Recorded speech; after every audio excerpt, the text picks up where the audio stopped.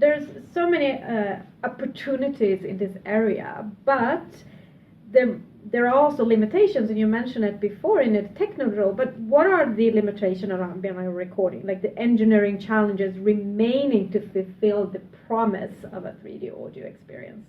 Yeah, that's true. I mean, for binaural recordings and binaural sound work really well for everyone. There are challenges. One thing is, if you just do a binaural recording, and you compare and listen to that and compare to how you listen in reality. One of the things that is missing is your head movements in that space where you're in.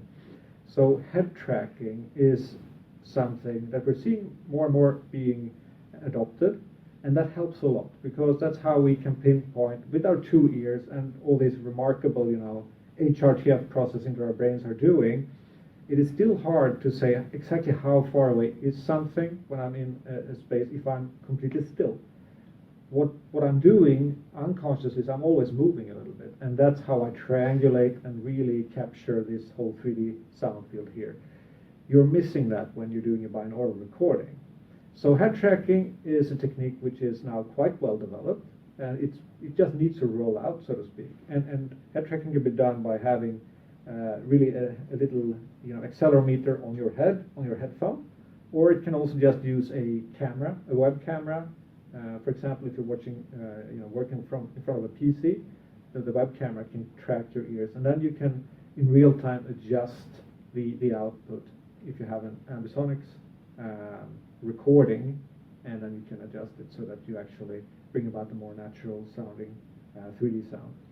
But it's also this thing that we are different anatomically, so we have slightly different head-related transfer functions. It works a little bit. It doesn't work equally well for everyone, that's for sure. And there's still stuff to be done. There's a phase of perfection going on in the industry now, improving this. There's attempts to do individualized processing, and there are other ways of looking at more generic solutions that work for more people and making sure to capture sort of the stuff that works for everyone and not do more processing. So one of the things we looked into is exactly how you can do that and make it work better for more people without coloration. That's the other thing. When you listen to a 3D recording casually, you might say, okay, that sounds cool. But then for some of those early recordings at least were so in quality as well. So there are still several things just needed to sort of perfect the overall experience. So you would say that the head tracking is what will change forever the way we're listening to sound. So once we experience that, we just, Head tracking is extremely powerful, actually.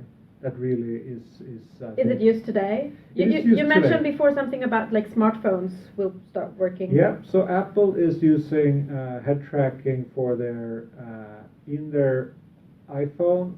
If you couple that with the AirPods Pro, then they have a sensor on the earbuds, and then also the screen. You have a sensor on that, and then you're doing the processing actually to track your head and adjust the sound accordingly. So you feel like you're watching a movie and getting a surround sound or 3D sound experience actually.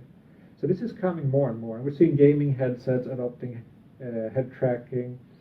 So this is about to happen right now. It is happening, and when Apple does something, others tend to follow, right? So this is a good development because it really does help a lot.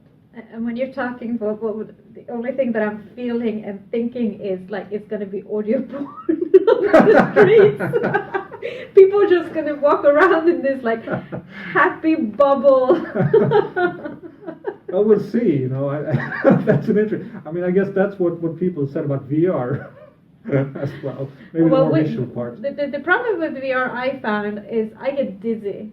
Yeah. Very quickly, which That's right. I mean, it's the same as I would spin around here. I'll get dizzy, but your ears would never have a problem like that. Exactly. And head tracking, if done right, will not make you any dizzy at all. That's the good thing. With visuals, I think it's you're more sensitive to that because you're also feeling other stuff with your body, and it doesn't match entirely, so it becomes weird.